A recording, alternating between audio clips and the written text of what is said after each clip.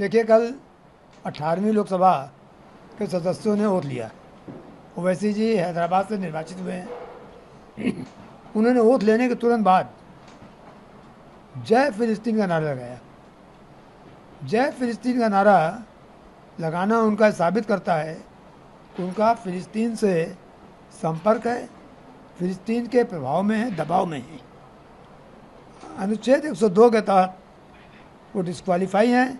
102 में साफ साफ लिखा है कि यदि कोई व्यक्ति दूसरे देश के प्रभाव में है या उनके प्रति उनकी निकटता है, दबाव में है, तो ऐसा व्यक्ति किसी भी रूप में अयोग्य होगा और देश का लोकसभा का सदस्य नहीं हो सकता है। वर्ड है in under acknowledgement of allegiance or adherence to a foreign state. मैं हिंदी बताती हूँ, एक्चुअल वर्ड ये है।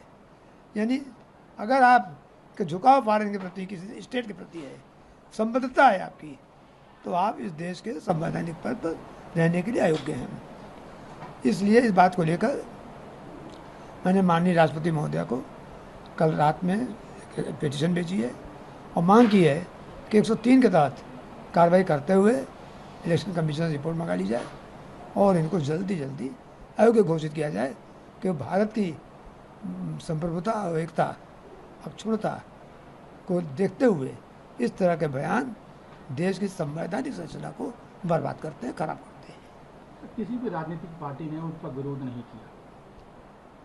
देखिए, मैं राजनीतिक व्यक्ति नहीं हूँ, मैं देशभक्त हूँ, राष्ट्रवाद में विश्वास करता हूँ और देश अमर रहे, भारत अमर रहे, भारत माता का सपूत हूँ।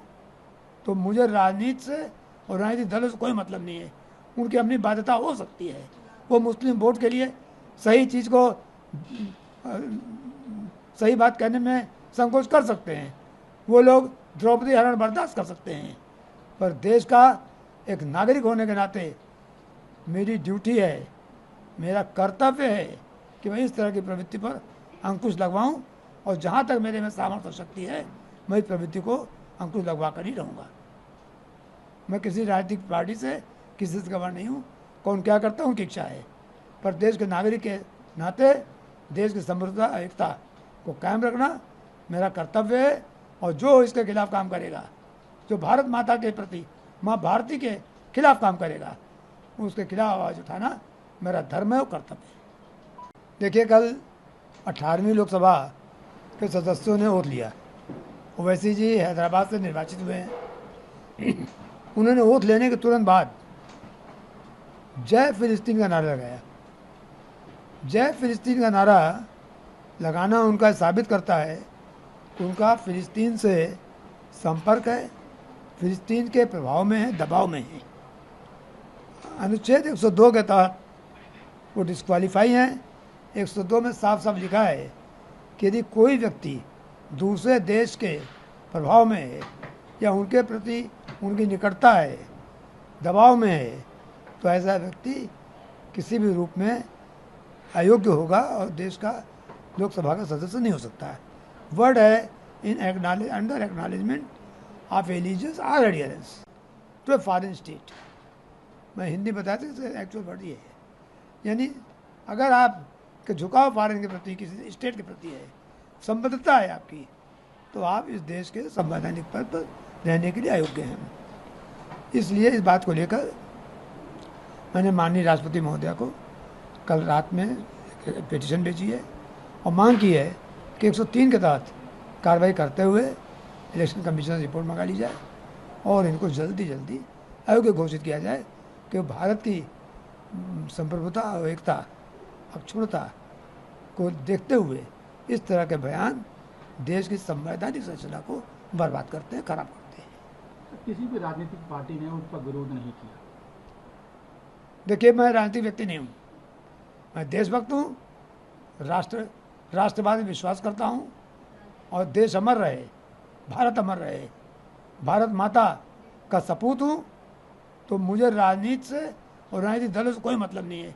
उनकी अपनी बाध्यता हो सकती है, वो मुस्लिम वोट के लिए सही चीज़ को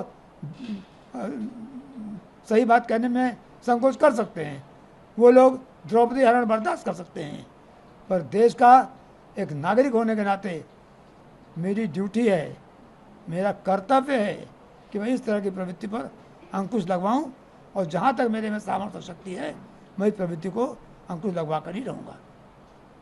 मैं किसी राजनीतिक पार्टी से किसी से गवाह नहीं हूँ, कौन क्या करता हूँ की इच्छा है, पर देश के नागरिक के नाते देश की समृद्धता एकता को कायम रखना मेरा कर्तव्य है। और जो इसके खिलाफ काम करेगा, जो भारत माता के प्रति, माँ भारती के खिलाफ काम करेगा, उसके खिलाफ आवाज़ उठाना मेरा धर्म है और कर्तव्य है। देखिए, कल 18वीं लोकसभा के सदस्यों ने ओथ लिया। ओवैसी जी हैदराबाद से निर्वाचित हुए हैं। उन्होंने ओथ लेने के तुरंत बाद जय फिलिस्तीन का नारा लगाया। जय फिलिस्तीन का नारा लगाना उनका साबित करता है कि उनका फिलिस्तीन से संपर्क है, फिलिस्तीन के प्रभाव में है, दबाव में है। अनुच्छेद 102 के तहत वो डिस्क्वालीफाई हैं। 102 में साफ साफ लिखा है कि यदि कोई व्यक्ति दूसरे देश के प्रभाव में है या उनके प्रति उनकी निकटता है, दबाव में है, तो ऐसा व्यक्ति किसी भी रूप में अयोग्य होगा और देश का लोकसभा का सदस्य नहीं हो सकता है। वर्ड है in under acknowledgement of allegiance or adherence to a foreign state. मैं हिंदी बताती हूँ, एक्चुअल वर्ड ये है, यानी अगर आप के झुकाव फॉरेन के प्रति, किसी स्टेट के प्रति है, संबद्धता है आपकी, तो आप इस देश के संवैधानिक पद पर रहने के लिए अयोग्य हैं।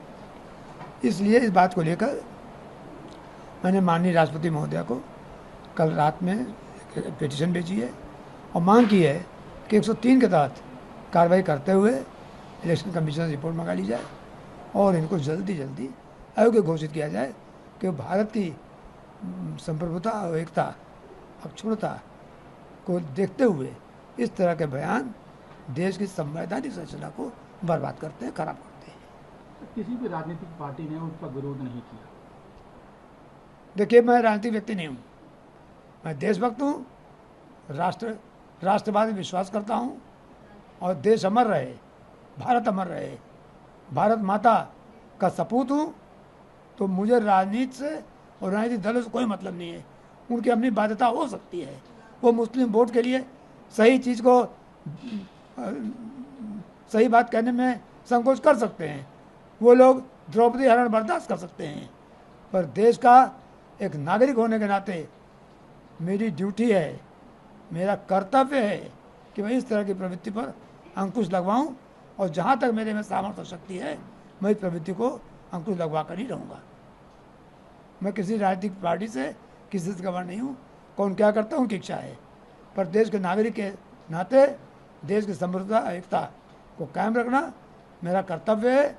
और जो इसके खिलाफ काम करेगा, जो भारत माता के प्रति, माँ भारती के खिलाफ काम करेगा, उसके खिलाफ आवाज़ उठाना मेरा धर्म है और कर्तव्य है।